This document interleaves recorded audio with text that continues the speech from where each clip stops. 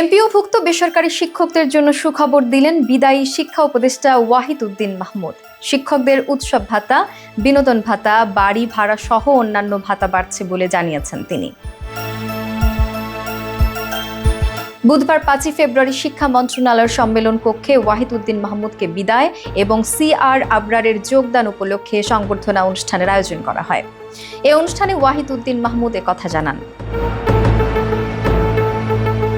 তিনি বলেন, আমি সবাইকে আশ্বাস দিয়েছিলাম যে সাধ্যমতো এবছর এবং আগামী বছরের বাজেটে যতটুকু অর্থ সংকুলন করা যায় অর্থ মন্ত্রণালয়ের সঙ্গে বসে আমরা যতদূর পারি চেষ্টা করব দাবিগুলো মেটাতে।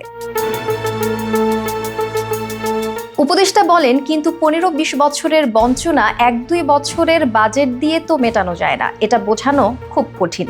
আজকে এই বেসরকারি বেতন সরকারি বেতনের সমান করে দিতে হবে, এটা ন্যায্য দাবি বুঝলাম, কিন্তু 1 বছরের বাজেট দিয়ে কিভাবে 15 বছরের বৈষম্য ঠিক করা যায়? কিন্তু শুরুটা করা দরকার, সেই শুরুটা আমরা করে দিয়ে যাচ্ছি। ওয়াহিদ উদ্দিন মাহমুদ বলেন, তাদের অর্থাৎ এমপিওভুক্ত শিক্ষক উৎসব ভাতা, বিনোদন ভাতা, বাড়ি ভাড়া, চিকিৎসা ভাতা এবছরের ঈদুল আজহা থেকে শুরু করে আগামী বছরের বাজেট থেকে অন্তত কিছু বাড়াতে পারবো। এখনো আমি ঘোষণা দিচ্ছি না কত বাড়াবো।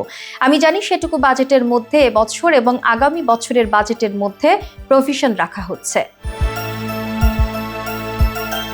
শিক্ষকদের অবসর এবং কল্যাণ ভাতার জন্য একটা তহবিল তৈরি করা হচ্ছে জানিয়ে বিদায়ী উপদেষ্টা বলেন, এবছরই কিছুটা তৈরি করা হয়েছে, আগামী বাজেটে আরও রাখা হবে। পরে পুরো ফান্ডটাকে টেকসই করতে হলে 1-2 বাজেটে হবে না, ভবিষ্যতে 3-4 বাজেটে আশা করি এটার সমাধান হয়ে যাবে।